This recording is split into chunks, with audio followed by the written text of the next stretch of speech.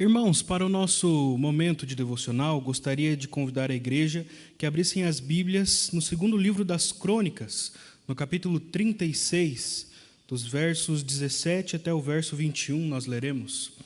Segundo livro das Crônicas, capítulo 36, o último capítulo, versos 17 a 21.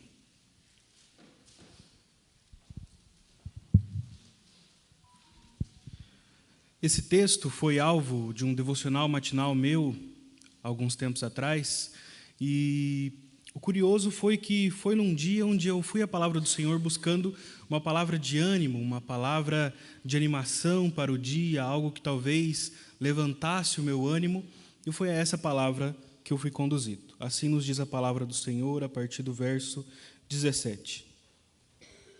Por isso, o Senhor trouxe contra eles o rei dos caldeus, que matou seus jovens à espada na casa do santuário deles. Não teve piedade nem dos jovens, nem das moças, nem dos adultos, nem dos velhos. Entregou todos nas mãos do rei dos caldeus.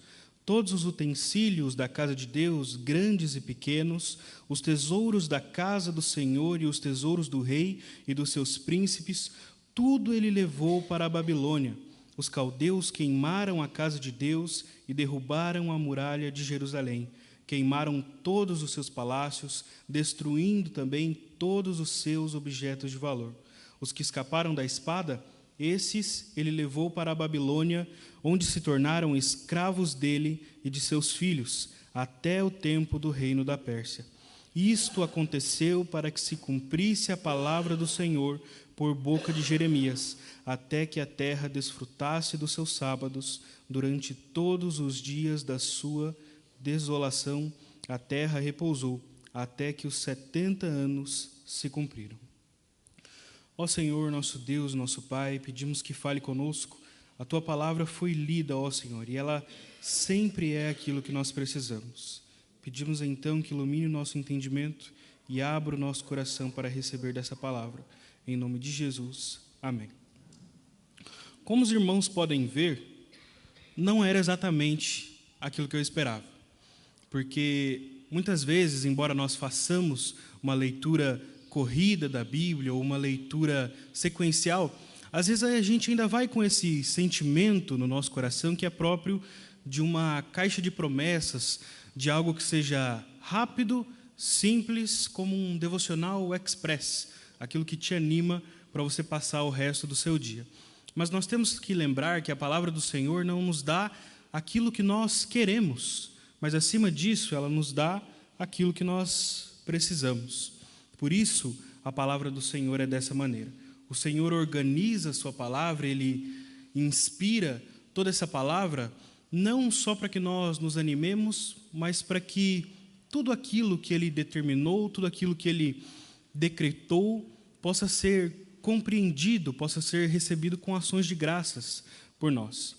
Por isso, a palavra do Senhor, como história da redenção, vai ter, sim, momentos de ânimo, momentos de bênção, momentos de consolação, mas ela também terá momentos de exortação, também terá momentos de correção, e toda ela é a palavra do Senhor. Nós não podemos cometer esse erro de tomarmos apenas aquilo que nos agrada e deixarmos de lado aquilo que é mais difícil, aquilo que é mais complexo ou aquilo que é mais assustador, como nesse texto. Esse texto que nós lemos é realmente um texto assustador. O último capítulo de Crônicas fala de assassinato, fala de desolação, fala de um roubo e fala de um exílio, de coisas que nenhum de nós aqui gostaria de ver ou só de ouvir as notícias das coisas que acontecem em outras nações. Nós já ficamos tristes, ficamos ali apreensivos com o que pode vir a acontecer. Nós devemos lembrar que isso aqui aconteceu realmente. A Bíblia relata acontecimentos reais que fazem parte da história do povo de Deus.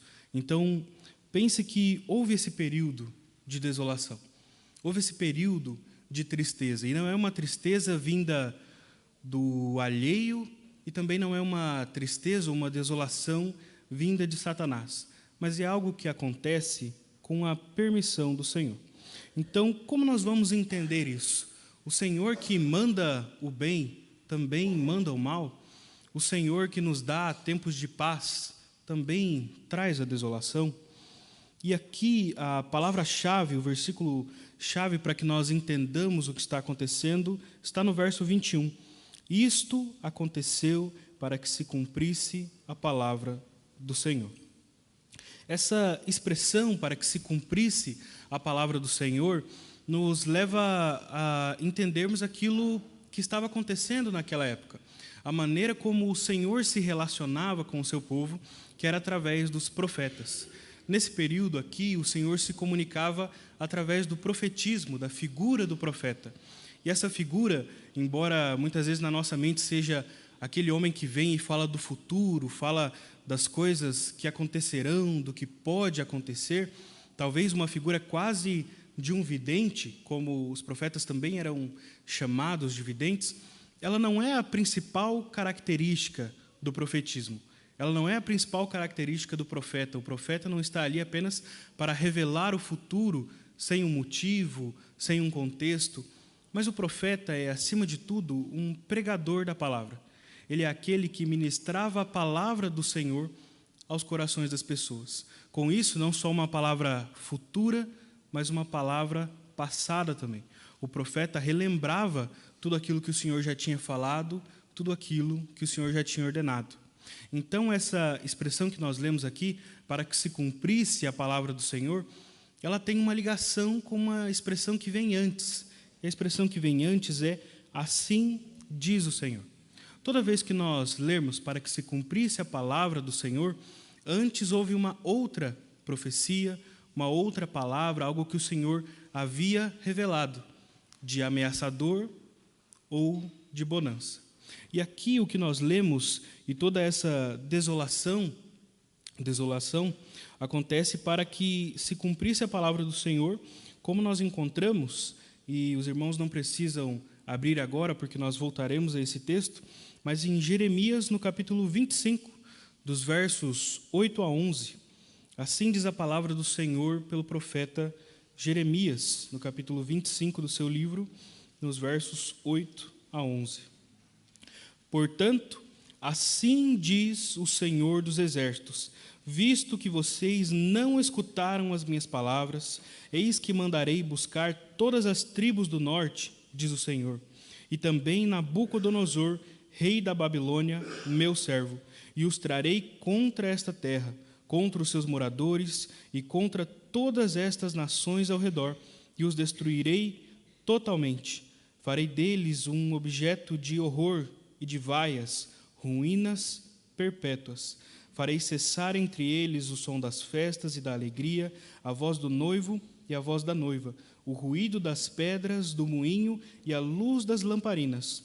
Toda essa terra virá a ser uma ruína, objeto de horror, e estas nações servirão o rei da Babilônia durante 70 anos.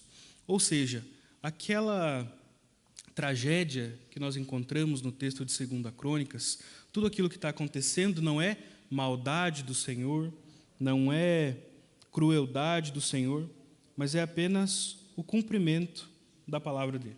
Aquilo que o Senhor já tinha determinado, aquilo que o Senhor já tinha revelado a eles. Olha, se vocês obedecerem às minhas palavras e os meus decretos, se vocês permanecerem naquilo que eu ensinei, correrá tudo bem. Mas se vocês se voltarem a outros deuses, à idolatria, a todas as práticas que eu já os ordenei que são erradas, vocês receberão um castigo do Senhor, uma correção do Senhor. Então, não é apenas algo alheio, mas é aquilo que o Senhor disse que aconteceria. E aí, será que nós podemos culpar o Senhor ou atribuir alguma maldade ao Senhor por isso que acontece?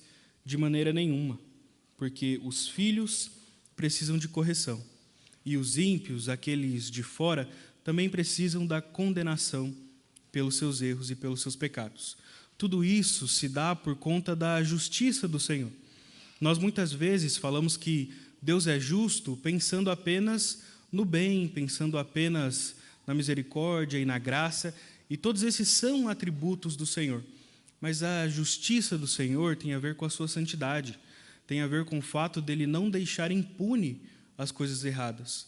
O bom juiz, o justo juiz, não é aquele que inocenta todos, mas o justo juiz é aquele que dá a exata paga pelos crimes, a exata paga pelos pecados. Então, o que nós vimos acontecendo no texto de 2 Crônicas é basicamente a paga por aquilo que o povo tinha feito.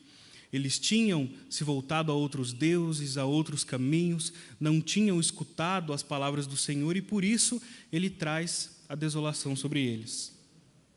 E pense que o Senhor sempre vai cumprir a sua palavra. Nós temos um Deus que sempre cumpre a sua palavra. Nesse lado da justiça, nesse lado do castigo, nós podemos pensar em pelo menos duas aplicações.